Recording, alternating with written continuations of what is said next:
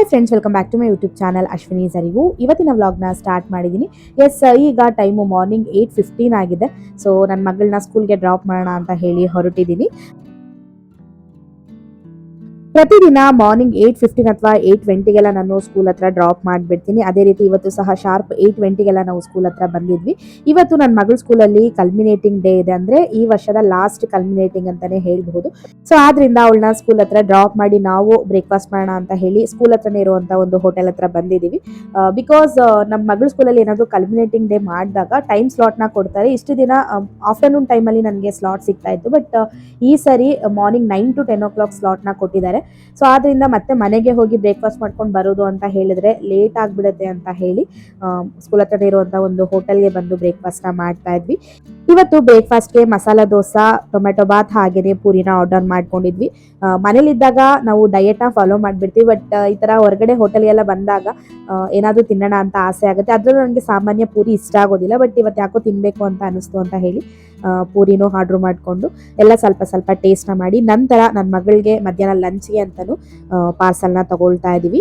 Morning ಬ್ರೇಕ್ಫಾಸ್ಟ್ಗೆ dosa ಇಟ್ಟಿತ್ತು. So ಆದ್ರಿಂದ ನನ್ನ ಮಗಳಿಗೆ ದೋಸೆ ಮಾಡಿ ತಿನ್ಸ್ಕೊಂಡು ಕರ್ಕೊಂಡ್ಬಂದ್ಬಿಟ್ಟಿದೆ. ಸೊ ಈಗ ಮಧ್ಯಾಹ್ನಕ್ಕೆ ಇಡ್ಲಿ ಹಾಗೆ ಸಾಂಬಾರ್ನ ಪಾರ್ಸಲ್ ತಗೊಳ್ತಾ ಇದ್ದೀನಿ. ಹೋಟೆಲಲ್ಲಿ ಏನಾದರೂ ಬ್ರೇಕ್ಫಾಸ್ಟ್ನ ತಿಂದರೆ ಕಾಫಿ ಕುಡ್ದಿಲ್ಲ ಅಂದರೆ ಸಮಾಧಾನನೇ ಆಗೋದಿಲ್ಲ. ಸೊ ಆದ್ರಿಂದ ಕಾಫಿನೂ ಕೂಡ ಆರ್ಡರ್ ಮಾಡಿಕೊಂಡು ಕುಡಿದು ನಂತರ ಮತ್ತೆ ಸ್ಕೂಲ್ ಹತ್ರ ರಿಟರ್ನ್ ಬಂದ್ವಿ.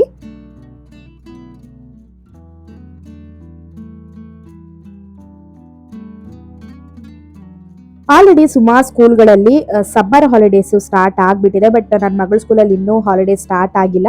ಸೊ ರೆಗ್ಯುಲರ್ ಸ್ಕೂಲ್ ನಡೆಸೋದ್ರ ಜೊತೆಗೆ ಇವತ್ತು ಕೊನೆಯದಾಗಿ ಅಂದರೆ ಲಾಸ್ಟ್ ಕಲ್ಮಿನೇಟಿಂಗ್ ಆ್ಯಕ್ಟಿವಿಟಿನ ನಡೆಸ್ತಾ ಇದ್ದಾರೆ. ಸೊ ಆದ್ರಿಂದ ಇವತ್ತು ಸ್ಕೂಲ್ಗೆ ಬಂದಿದ್ದೀವಿ.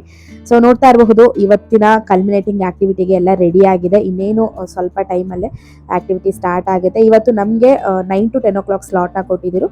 10 o'clock ಆದಮೇಲೆ 11 to 12 ಹಾಗೆಯೇ 12 to 1 ರೀತಿ ಒಂದೊಂದು ಟೈಮಿಂಗ್ಸಲ್ಲಿ ಒಂದೊಂದು ಸೆಕ್ಷನ್ಗೆ ಸ್ಲಾಟ್ನ ಕೊಟ್ಟಿರ್ತಾರೆ. ಅದನ್ನ ನೋಡಿಕೊಂಡು ನಾವು ಆಕ್ಟಿವಿಟಿನ ಅಟೆಂಡ್ ಮಾಡಬೇಕಾಗುತ್ತೆ.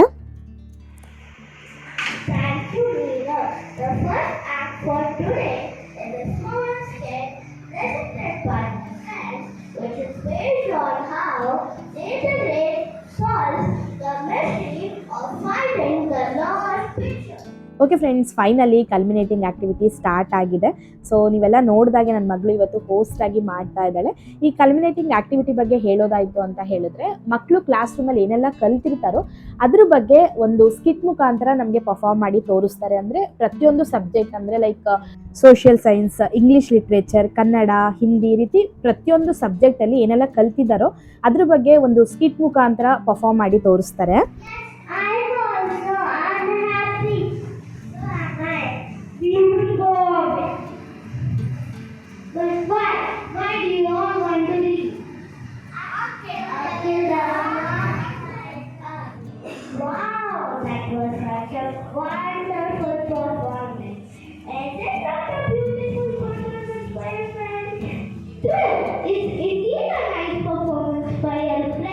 ಪ್ರತಿದಿನ ಮಕ್ಕಳು ಸ್ಕೂಲ್ಗೆ ಹೋಗೋದು ಬರೋದು ಮಾಡ್ತಾರೆ, ಬಟ್ ಅವರಲ್ಲಿ ಏನು ಕಲಿತಾ ಇದ್ದಾರೆ, ಹೇಗೆ ಕಲಿತಾ ಇದ್ದಾರೆ, ಅವರಲ್ಲಿ ಏನು ಇಂಪ್ರೂವ್ಮೆಂಟ್ ಆಗ್ತಾ ಇದೆ ಅನ್ನೋದ್ರ ಬಗ್ಗೆ ಪೇರೆಂಟ್ಸ್ಗೆ ತುಂಬ ಡೀಪಾಗಿ ತಿಳ್ಕೊಳ್ಳೋದಕ್ಕಾಗೋದಿಲ್ಲ.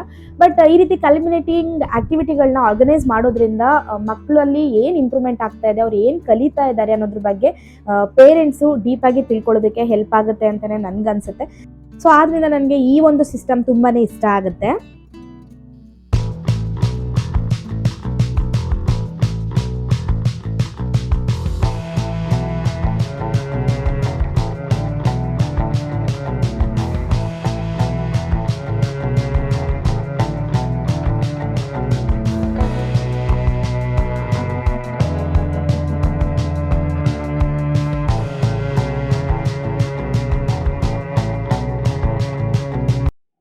ಸ್ಕಿಟ್ ಪರ್ಫಾರ್ಮೆನ್ಸಸ್ ಎಲ್ಲ ಆದಮೇಲೆ ಕೊನೆಯದಾಗಿ ಮಕ್ಕಳೆಲ್ಲ ಸೇರಿ ಒಂದು ಡ್ಯಾನ್ಸ್ ಪರ್ಫಾರ್ಮೆನ್ಸ್ನ ಮಾಡಿದ್ರು. ಅದಾದ ನಂತರ ಟೀಚರ್ಸ್ ಎಲ್ಲರೂ ಸೇರಿ ಮಕ್ಕಳಿಗೋಸ್ಕರ ಅಂತ ಹೇಳಿ ಒಂದು ಸ್ಮಾಲ್ ಸರ್ಪ್ರೈಸ್ನ ಅರೇಂಜ್ ಮಾಡಿದರು. ಅದನ್ನು ನೋಡಿ ಪ್ರತಿಯೊಬ್ಬರು ಕೂಡ ಎಮೋಷ್ನಲ್ ಆದರು ಅಂತಲೇ ಹೇಳಬಹುದು, ಇನ್ಕ್ಲೂಡಿಂಗ್ ಮೀ. ಒಂಥರ ನನಗೆ ತುಂಬಾ ಫೀಲ್ ಆಗೋಯಿತು ಅದನ್ನು ನೋಡಿ.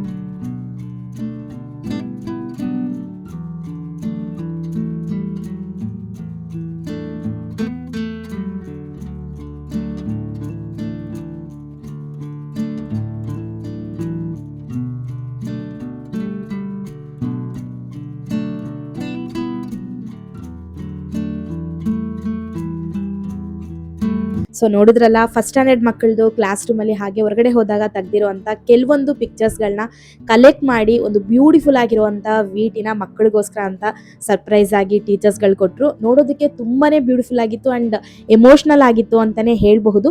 ಈ ವಿಟಿನ ನೋಡ್ತಾ ನೋಡ್ತಾ ಮಕ್ಕಳಿಗೆ ಹೇಗೆ ಅನಿಸ್ತಿತ್ತೋ ಏನೋ ಗೊತ್ತಿಲ್ಲ, ಬಟ್ ಪ್ರತಿಯೊಬ್ಬರು ಪೇರೆಂಟ್ಸು ಕೂಡ ತುಂಬಾ ಎಮೋಷ್ನಲ್ ಆದರು. ಅದರಲ್ಲೂ ನನಗಂತೂ ಕಣ್ಣಲ್ಲಿ ನೀರು ತುಂಬ್ಕೊಂಡು ಬಿಡ್ತು ಅಂತಲೇ ಹೇಳ್ಬೋದು. ಆ್ಯಕ್ಚುಲಿ ವಿಟಿನ ನೋಡೋದಕ್ಕೆ ತುಂಬಾ ಬ್ಯೂಟಿಫುಲ್ ಆಗಿತ್ತು, ತುಂಬಾ ಮೆಮೊರೀಸ್ ಇತ್ತು. ಎಮೋಷ್ನಲ್ ಆಗೋದ್ರ ಜೊತೆಗೆ ನನಗೆ ಕಣ್ಣಲ್ಲಿ ನೀರು ತುಂಬ್ಕೊಳ್ಳೋದಕ್ಕೆ ಒಂದು ಕಾರಣ ಇದೆ. ಬಟ್ ಈಗ ಪ್ರೆಸೆಂಟ್ ಸಿಚುವೇಷನಲ್ಲಿ ನಾನು ಅದ್ರ ಬಗ್ಗೆ ಹೇಳ್ಕೊಳ್ಳೋದಕ್ಕೆ ಆಗ್ತಾ ಇಲ್ಲ.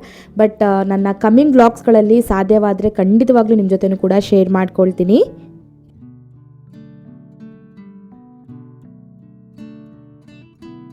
ಕಲ್ಮಿನೇಟಿಂಗ್ ಆಕ್ಟಿವಿಟಿ ಎಲ್ಲ ಮುಗಿದ ಮೇಲೆ ಮಕ್ಕಳು ಕ್ಲಾಸ್ ರೂಮಲ್ಲಿ ಮಾಡಿರುವಂಥ ಕ್ರಾಫ್ಟ್ ವರ್ಕ್ಗಳು, ಪ್ರಾಜೆಕ್ಟ್ ವರ್ಕ್ಗಳು, ಹಾಗೆಯೇ ಡ್ರಾಯಿಂಗ್ಸ್ ಆಗಿರಬಹುದು, ಪ್ರತಿಯೊಂದನ್ನು ಕೂಡ ಅಲ್ಲೇ ಇಟ್ಟಿದ್ರು. ಸೊ ಅದನ್ನೆಲ್ಲ ನೋಡ್ತಾ ನಾವು ಮತ್ತೆ ರಿಟರ್ನ್ ಮನೆಗೆ ಹೊರಟ್ವಿ. ಓಕೆ ಫ್ರೆಂಡ್ಸ್, ಈಗ ಮನೆಗೆ ಹೋಗಿ ಮತ್ತೆ ನಾನು ಈ ವ್ಲಾಗ್ನ ಕಂಟಿನ್ಯೂ ಮಾಡ್ತೀನಿ.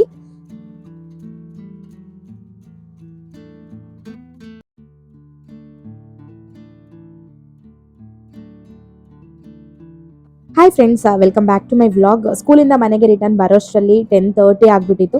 ಸೊ ಮನೆಗೆ ಬಂದಿದ್ದೆ, ಸ್ವಲ್ಪ ಹೊತ್ತು ರೆಸ್ಟ್ ಮಾಡಿ ನಂತರ ಇವಾಗ ಕ್ಲೀನಿಂಗ್ ಕೆಲಸಗಳನ್ನ ಸ್ಟಾರ್ಟ್ ಮಾಡ್ಕೊಂಡಿದ್ದೀನಿ.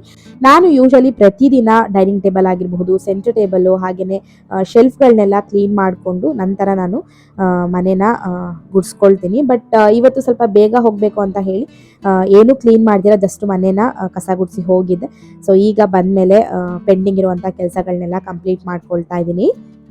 ಮನೇನ ಈ ರೀತಿ ಡೈಲಿ ಕ್ಲೀನ್ ಮಾಡ್ಕೊಳ್ಳೋದ್ರಿಂದ ತುಂಬಾ ಈಸಿಯಾಗಿ ಆ್ಯಂಡ್ ಕ್ವಿಕ್ಕಾಗಿ ನಾವು ಕ್ಲೀನಿಂಗ್ನ ಮಾಡ್ಕೊಳ್ಬಹುದು. ಇಲ್ಲ ಅಂತ ಹೇಳಿದ್ರೆ ಸಮ್ಟೈಮ್ಸ್ ಮಂತ್ಲಿ ಒನ್ಸ್ ಏನಾದರೂ ಕ್ಲೀನಿಂಗ್ ಮಾಡ್ಕೊಳ್ತೀವಿ ಅಂತ ಹೇಳಿದರೆ ಡಸ್ಟ್ ತುಂಬ ಅಬ್ಸರ್ವ್ ಆಗಿ ಅಲ್ಲೇ ಕಲೆಗಳಾಗ್ಬಿಟ್ಟಿರುತ್ತೆ. ಆವಾಗ ನಮಗೆ ಸ್ವಲ್ಪ ರಿಸ್ಕ್ ಅಂತ ಅನಿಸುತ್ತೆ. ಸೊ ಆದ್ದರಿಂದ ನಾನು ಡೈಲಿ ಈ ರೀತಿ ಡಸ್ಟ್ನ ರಿಮೂವ್ ಮಾಡಿಕೊಂಡು ಮನೆ ಕ್ಲೀನ್ ಮಾಡ್ಕೊಂಡು ಬಿಡ್ತೀನಿ. ಇವತ್ತು ಮಾರ್ನಿಂಗ್ ಬ್ರೇಕ್ಫಾಸ್ಟ್ನ ಹೊರಗಡೆ ಹೋಟೆಲಲ್ಲೇ ಮಾಡ್ಕೊಂಡ್ವಿ. ಬಟ್ ಈಗ ಮಧ್ಯಾಹ್ನ ಲಂಚ್ನ ಪ್ರಿಪೇರ್ ಮಾಡ್ಕೊಳ್ಬೇಕು. ಮನೆಯಲ್ಲಿ ಪಡುಲ್ಕಾಯಿ ಇತ್ತು, ಸೊ ಆದ್ದರಿಂದ ಇವತ್ತು ಹಾಲು ಸಾರನ್ನ ಮಾಡೋಣ ಅಂತ ಎಲ್ಲ ರೆಡಿ ಮಾಡ್ಕೊಳ್ತಾ ಇದ್ದೀನಿ. ಈ ಹಾಲು ಸಾರನ್ನ ಒಬ್ಬೊಬ್ರು ಒಂದೊಂದು ರೀತಿ ಮಾಡ್ತಾರೆ. ನಾನಿವತ್ತು ಪಡುಲ್ಕಾಯಿ ಹಾಗೆ ಹೆಸರು ಕಾಳನ್ನ ಯೂಸ್ ಮಾಡಿಕೊಂಡು ಹಾಲು ಸಾರನ್ನ ಮಾಡ್ತಾ ಇದ್ದೀನಿ. ಅದೇ ರೀತಿ ಹೀರೆಕಾಯಿ, ಬದನೆಕಾಯಿ, ಆಲೂಗಡ್ಡೆ ಅಥವಾ ಹಸಿ ಕಾಳುಗಳು ಬರುತ್ತಲ್ಲ, ಲೈಕ್ ತೊಗರಿ ಕಾಳು, ಅವರೆಕಾಳು, ಇಂಥದ್ದನ್ನು ಕೂಡ ಯೂಸ್ ಮಾಡಿಕೊಂಡು ಹಾಲು ಸಾರನ್ನ ಮಾಡ್ತಾರೆ. ಬಟ್ ಇವತ್ತು ಮನೆಯಲ್ಲಿ ಪಡುಲ್ಕಾಯಿ ಇತ್ತು ಅಂತ ಹೇಳಿ ಅದರೊಟ್ಟಿಗೆ ಹೆಸರು ಕಾಳನ್ನ ಹಾಕ್ಕೊಂಡು ಹಾಲು ಸಾರನ್ನ ಮಾಡ್ಕೊಳ್ತಾ ಇದ್ದೀನಿ. ಈ ಹಾಲು ಸಾರು ರೆಸಿಪಿ ಬಗ್ಗೆ ಆಲ್ಮೋಸ್ಟ್ ಎಲ್ಲರಿಗೂ ಗೊತ್ತೇ ಇರುತ್ತೆ. ಬಟ್ ಯಾರೆಲ್ಲ ಇವಾಗ ಕುಕ್ಕಿಂಗ್ನ ಕಲಿಯೋದಕ್ಕೆ ಸ್ಟಾರ್ಟ್ ಮಾಡಿದ್ದೀರೋ ಅಂಥವ್ರಿಗೆ ಹೆಲ್ಪ್ ಆಗಲಿ ಅಂತ ರೆಸಿಪಿನೂ ಕೂಡ ಎಕ್ಸ್ಪ್ಲೇನ್ ಮಾಡ್ತಾ ಹೋಗ್ತಾ ಇದ್ದೀನಿ. ಬಿಕಾಸ್ ನಾನು ಒಂದು ಟೈಮು ಬಸ್ಸಾರು ರೆಸಿಪಿ ಆಲ್ಮೋಸ್ಟ್ ಎಲ್ಲರಿಗೂ ಗೊತ್ತಿರುತ್ತಲ್ವ ಅಂತ ಹೇಳಿ ನಾನೇನು ರೆಸಿಪಿನ ಎಕ್ಸ್ಪ್ಲೇನ್ ಮಾಡ್ದಿರಾ ಜಸ್ಟು ಕುಕ್ಕಿಂಗ್ ಮಾಡೋದನ್ನ ತೋರಿಸಿದೆ. ಸೊ ಆಗ ನನಗೊಂದು ಕಮೆಂಟ್ ಬಂದಿತ್ತು, ರೆಸಿಪಿನೂ ಕೂಡ ಶೇರ್ ಮಾಡ್ಕೊಳ್ಳಿ ಅಂತ. ಸೊ ಇದೇ ರೀತಿ ಗೊತ್ತಿಲ್ಲದಿರೋರು ಕೂಡ ಇರ್ತಾರೆ ಅನ್ನೋ ಕಾರಣಕ್ಕೆ ನಾನು ಇವತ್ತು ರೆಸಿಪಿನೂ ಕೂಡ ಎಕ್ಸ್ಪ್ಲೇನ್ ಮಾಡ್ಕೊಳ್ತಾ ಹೋಗ್ತಾ ಇದ್ದೀನಿ. ಹಾಲು ಸಾರನ್ನ ಮಾಡೋದಕ್ಕೆ ಫಸ್ಟು ನಾನು ಒಂದು ಕುಕ್ಕರಲ್ಲಿ ಹೆಸರು ಕಾಳು ಹಾಗೆ ಕಟ್ ಮಾಡಿ ಇಟ್ಕೊಂಡಿರುವಂಥ ಪಡುಲ್ಕಾಯಿನ ಹಾಕ್ಕೊಂಡು ಜಸ್ಟ್ ಒಂದು ವಿಷಿಲ್ನ ಬರೆಸ್ಕೊಂಡ್ಬಿಡ್ತೀನಿ. ಜಾಸ್ತಿ ವಿಷಿಲ್ ಹಾಕಿಸ್ಕೊಳ್ಬಾರ್ದು, ಬಿಕಾಸ್ ಹೆಸರು ಕಾಳು ತುಂಬ ಕಂಪ್ಲೀಟ್ ಸಾಫ್ಟ್ ಆಗಿಬಿಡುತ್ತೆ. ಸೊ ಆದ್ದರಿಂದ ಜಸ್ಟ್ ಒಂದು ವಿಷಿಲ್ನ ಕೂಗಿಸ್ಕೊಳ್ಬೇಕಾಗುತ್ತೆ. ಕುಕ್ಕರ್ ವಿಷಿಲ್ ಬರೋಷ್ಟರಲ್ಲಿ ಸಾರಿಗೆ ಮಸಾಲೆನೂ ಕೂಡ ರೆಡಿ ಮಾಡ್ಕೊಳ್ಳೋಣ ಅಂತ ಹೇಳಿ ಬೆಳ್ಳುಳ್ಳಿನ ಬಿಡಿಸ್ಕೊಳ್ತಾ ಇದ್ದೀನಿ.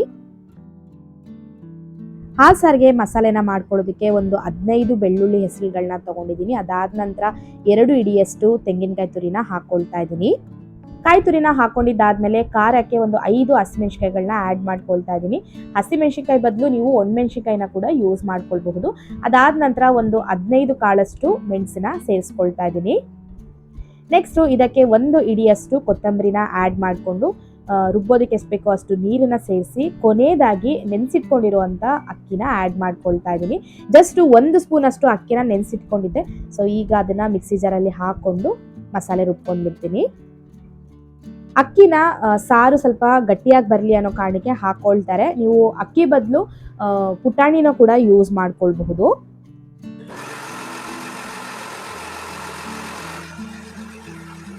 ನಾನು ಕೆಲವು ದಿನಗಳ ಹಿಂದೆ ಫ್ಲಿಪ್ಕಾರ್ಟಿಂದ ಒಂದು ಮೆಟಲ್ ಸ್ಟ್ಯಾಂಡ್ನ ಆರ್ಡರ್ ಮಾಡಿ ತರಿಸಿದೆ. ಸೊ ಅದು ಕೂಡ ಬಂತು.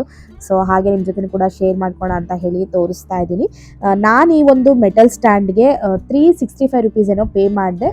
ನನಗಂತೂ ತುಂಬಾ ಇಷ್ಟ ಆಯಿತು. ತುಂಬ ಗಟ್ಟಿಯಾಗಿದೆ, ಕ್ವಾಲಿಟಿ ವೈಸ್ ಆಗಿರಬಹುದು ಅಥವಾ ಅದರ ಲುಕ್ ವೈಸ್ ಆಗಿರಬಹುದು ತುಂಬಾ ಚೆನ್ನಾಗಿದೆ ಅಂತಲೇ ಹೇಳಬಹುದು.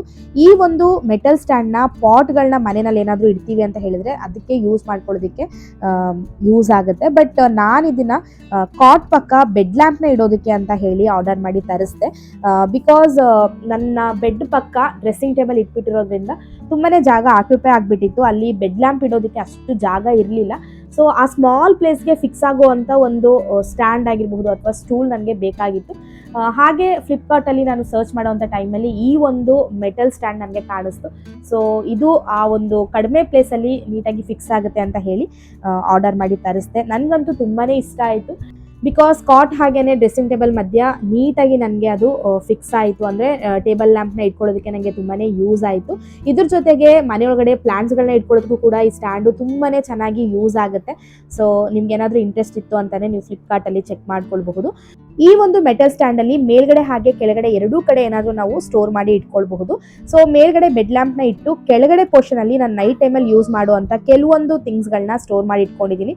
ಲೈಕ್ ಒಂದು ವಾಟರ್ ಬಾಟಲ್, ಹಾಗೆಯೇ ಲ್ಯಾಂಪ್ನ ಎಸೆನ್ಸ್ ಲ್ಯಾಂಪ್ನ ಹಚ್ತೀನಲ್ಲ ಅದು, ಹಾಗೆಯೇ ಒಂದು ಹ್ಯೂಮಿಡಿಫೈಯರ್ನ ಸ್ಟೋರ್ ಮಾಡಿ ಇಟ್ಕೊಂಡಿದ್ದೀನಿ. ಸೊ ನೋಡ್ತಾ ಇರಬಹುದು ಇದ್ದಂತಹ ಕಡಿಮೆ ಪ್ಲೇಸಲ್ಲಿ ಈ ಒಂದು ಸ್ಟ್ಯಾಂಡ್ನ ಇಟ್ಕೊಂಡು ನಾನು ಈ ರೀತಿ ಅರೇಂಜ್ ಮಾಡ್ಕೊಂಡಿದ್ದೀನಿ. ಓಕೆ ಫ್ರೆಂಡ್ಸ್, ಫ್ಲಿಪ್ಕಾರ್ಟಿಂದ ಬಂದಂತಹ ಮೆಟಲ್ ಸ್ಟ್ಯಾಂಡ್ನ ನಿಮಗೆ ತೋರಿಸಿ ಬರೋಷ್ಟರಲ್ಲಿ ಕುಕ್ಕರು ಕೂಡ ತಣ್ಣಗಾಗಿತ್ತು. ಸೊ ನೋಡ್ತಾ ಇರಬಹುದು ಎಷ್ಟು ನೀಟಾಗಿ ಬೆಂದಿದೆ ಅಂತ. ತುಂಬ ವಿಷಲ್ ಹಾಕ್ಸ್ಕೊಂಡ್ಬಿಟ್ರೆ ಕಂಪ್ಲೀಟಾಗಿ ಸ್ಮ್ಯಾಶ್ ಆಗಿಬಿಡುತ್ತೆ. ಸೊ ಆದ್ದರಿಂದ ಜಸ್ಟ್ ಒಂದು ವಿಷಲ್ನ ಮಾತ್ರ ಹಾಕಿಸ್ಕೊಳ್ಬೇಕಾಗುತ್ತೆ. ಸೊ ಈಗ ಒಂದು ಪ್ಯಾನ್ ಒಳಗಡೆಗೆ ಬೇಯಿಸಿಟ್ಕೊಂಡಿರುವಂಥ ಹೆಸರು ಕಾಳು ಹಾಗೆ ತರಕಾರಿನ ಹಾಕ್ಕೊಂಡು ನಂತರ ಈಗ ರುಬ್ಬಿಟ್ಕೊಂಡಿರುವಂಥ ಮಸಾಲೆನ ಆ್ಯಡ್ ಮಾಡಿ ಮಿಕ್ಸ್ ಮಾಡ್ಕೊಳ್ತೀನಿ. ನಾನು ಈ ಹಾಲ್ ಸಾರು ರೆಸಿಪಿನ ನಮ್ಮ ಅಮ್ಮ ಹತ್ರ ಕಲ್ತ್ಕೊಂಡಿದ್ದು. ನನಗಂತೂ ಈ ಸಾರು ತುಂಬಾ ಇಷ್ಟ ಆಗುತ್ತೆ. ಬಿಕಾಸ್ ತುಂಬ ಕ್ವಿಕ್ಕಾಗಿ ಮಾಡ್ಕೊಳ್ಬಹುದು ಆ್ಯಂಡ್ ಪ್ರೊಸೀಜರ್ ಕೂಡ ತುಂಬಾ ಸಿಂಪಲ್ ಆಗಿರುತ್ತೆ. ಸೊ ನೀವೇ ನೋಡಿದಾಗೆ ತರಕಾರಿನ ಬೇಯಿಸ್ಕೊಂಡು ಮಸಾಲೆನ ರೆಡಿ ಮಾಡಿಬಿಟ್ರೆ ಕ್ವಿಕ್ಕಾಗಿ ಸಾಂಬಾರನ್ನ ರೆಡಿ ಮಾಡ್ಕೊಳ್ಬಹುದು. ಇದಕ್ಕೆ ಒಗ್ಗರಣೆ ಹಾಕೋಷ್ಟೆಲ್ಲ ಏನಿರೋದಿಲ್ಲ. ಜಸ್ಟು ಕಾಳು ಹಾಗೆ ತರಕಾರಿನ ಬೇಯಿಸ್ಕೊಂಡಿರ್ತೀವಲ್ಲ ಅದಕ್ಕೆ ರುಬ್ಬಿಟ್ಕೊಂಡಿರುವಂಥ ಮಸಾಲೆನ ಹಾಕಿ ಅದಕ್ಕೆ ನೀರು ಎಷ್ಟು ಬೇಕೋ ಅಷ್ಟು ಹಾಕ್ಕೊಂಡು ಚೆನ್ನಾಗಿ ಮಿಕ್ಸ್ ಮಾಡಿಕೊಂಡು ರುಚಿಗೆ ಎಷ್ಟು ಬೇಕೋ ಅಷ್ಟು ಉಪ್ಪನ್ನ ಸೇರಿಸಿ ಕುದಿಸ್ಕೊಳ್ಬೇಕು. ಕುದ್ದಿದ್ದೆಲ್ಲ ಆದಮೇಲೆ ಸ್ಟವ್ ಆಫ್ನ ಮಾಡಿ ನಂತರ ಹಾಲು ಹಾಕ್ಕೊಂಡ್ಬಿಟ್ರೆ ಹಾಲು ಸಾರು ರೆಡಿ ಆಗಿಬಿಡುತ್ತೆ. ಓಕೆ ಫ್ರೆಂಡ್ಸ್, ಹಾಲು ಸಾರನ್ನ ರೆಡಿ ಮಾಡ್ಕೊಳ್ಳೋದ್ರ ಜೊತೆಗೆ ಅನ್ನಕ್ಕೂ ಕೂಡ ಇಟ್ಕೊಂಡಿದ್ದೀನಿ. ಸೊ ಫುಡ್ ಎಲ್ಲ ರೆಡಿ ಆದಮೇಲೆ ಊಟ ಮಾಡಿ ನಂತರ ಈವ್ನಿಂಗಿಂದ ಈ ವ್ಲಾಗ್ನ ಕಂಟಿನ್ಯೂ ಮಾಡ್ತೀನಿ. Hi friends, welcome back to my vlog. ಮತ್ತೆ ನಾನು ಈ ವ್ಲಾಗ್ನ ಸಂಜೆಯಿಂದ ಕಂಟಿನ್ಯೂ ಮಾಡ್ತಾ ಇದ್ದೀನಿ. ಎಸ್, ಈಗ ಟೈಮು 6 o'clock ಆಗಿದೆ. ಸೊ ಪೂಜೆ ಮಾಡೋಣ ಅಂತ ಹೇಳಿ ಎಲ್ಲ ರೆಡಿ ಮಾಡ್ಕೊಳ್ತಾ ಇದ್ದೀನಿ. ಈ ನಡುವೆ ನನಗೆ ರೆಗ್ಯುಲರ್ ಆಗಿ ವೀಡಿಯೋಸ್ಗಳನ್ನ ಅಪ್ಲೋಡ್ ಮಾಡೋದಕ್ಕೆ ಆಗ್ತಾ ಇಲ್ಲ. ಬಿಕಾಸ್ ಒಂದು ಪರ್ಸ್ನಲ್ ಕೆಲಸದ ಮೇಲೆ ತುಂಬಾ ಬ್ಯುಸಿ ಆಗಿಬಿಟ್ಟಿದ್ದೀನಿ.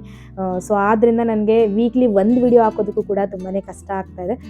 ಆದಷ್ಟು ಬೇಗ ಮತ್ತೆ ರೆಗ್ಯುಲರ್ ಆಗಿ ವೀಡಿಯೋಸ್ಗಳನ್ನ ಅಪ್ಲೋಡ್ ಮಾಡೋದಕ್ಕೆ ನಾನು ಟ್ರೈ ಮಾಡ್ತೀನಿ. ಸೊ ನೋಡೋಣ ಹೇಗೆಲ್ಲ ಆಗುತ್ತೆ ಅಂತ. ಮನೆಯೊಳಗಡೆ ದೇವ್ರ ಪೂಜೆ ಎಲ್ಲ ಮಾಡಿದ್ದಾದಮೇಲೆ ತುಳಸಿ ಗಿಡ ಮುಂದೆನೂ ಕೂಡ ದೀಪನ ಹಚ್ಚಿ ಪೂಜೆನ ಮಾಡ್ಕೊಳ್ತಾ ಇದ್ದೀನಿ. ಆ್ಯಕ್ಚುಲಿ ಮುಂಚೆ ನಮ್ಮ ಮನೆಯಲ್ಲಿ ತುಳಸಿ ಗಿಡ ಇರಲಿಲ್ಲ. ಇದು ತೊಗೊಂಡು ಬಂದರೂ ಕೂಡ ಬೇಗ ಒಣಗೋಗ್ಬಿಡ್ತಾಯಿತ್ತು, ಸರಿಯಾಗಿ ಬರ್ತಾ ಇರಲಿಲ್ಲ.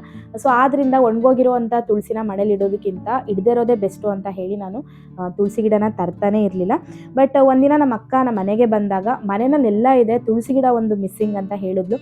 ಹಾಗೆಯೇ ಮನೆಯಲ್ಲಿ ತುಳಸಿ ಗಿಡ ಇರೋದು ಒಳ್ಳೆಯದು ಅಂತ ಕೂಡ ಹೇಳಿದ್ಲು. ಸೊ ಆದ್ದರಿಂದ ಸೊ ನೋಡೋಣ ಹೇಗಾಗುತ್ತೋ ಅಂತ ಹೇಳಿ ಒಂದು ಪುಟ್ಟ ತುಳಸಿ ಗಿಡನ ತೊಗೊಂಡು ಬಂದಿದೆ. ಫೈನಲಿ ಈ ಸಾರಿ ತುಂಬಾ ಚೆನ್ನಾಗಿ ಗ್ರೋ ಆಗ್ತಾ ಇದೆ. ನನಗಂತೂ ಒಂಥರ ಪಾಸಿಟಿವ್ ಫೀಲ್ ಇದೆ ಅಂತಲೇ ಹೇಳಬಹುದು. ಓಕೆ ಫ್ರೆಂಡ್ಸ್, ನೋಡಿದ್ರಲ್ಲ ಇವತ್ತಿನ ವ್ಲಾಗ್ ಇಷ್ಟೇ. ಐ ಹೋಪ್ ಈ ವ್ಲಾಗ್ ನಿಮ್ಮೆಲ್ಲರಿಗೂ ಇಷ್ಟ ಆಗಿರುತ್ತೆ ಅಂತ ಅಂದ್ಕೊಳ್ತೀನಿ. ಇಷ್ಟ ಆಗಿದ್ರೆ ಒಂದು ಲೈಕ್ ಮಾಡಿ ಅಂತ ಹೇಳ್ತಾ ಈ ವಿಡಿಯೋನ ಇಲ್ಲಿಗೆ ಎಂಡ್ ಮಾಡಿ ಇನ್ನೊಂದು ಹೊಸ ವಿಡಿಯೋ ಒಂದಿಗೆ ನಿಮ್ಮ ಮುಂದೆ ಬರ್ತೀನಿ. ಅಲ್ಲಿವರೆಗೂ ಥ್ಯಾಂಕ್ ಯು.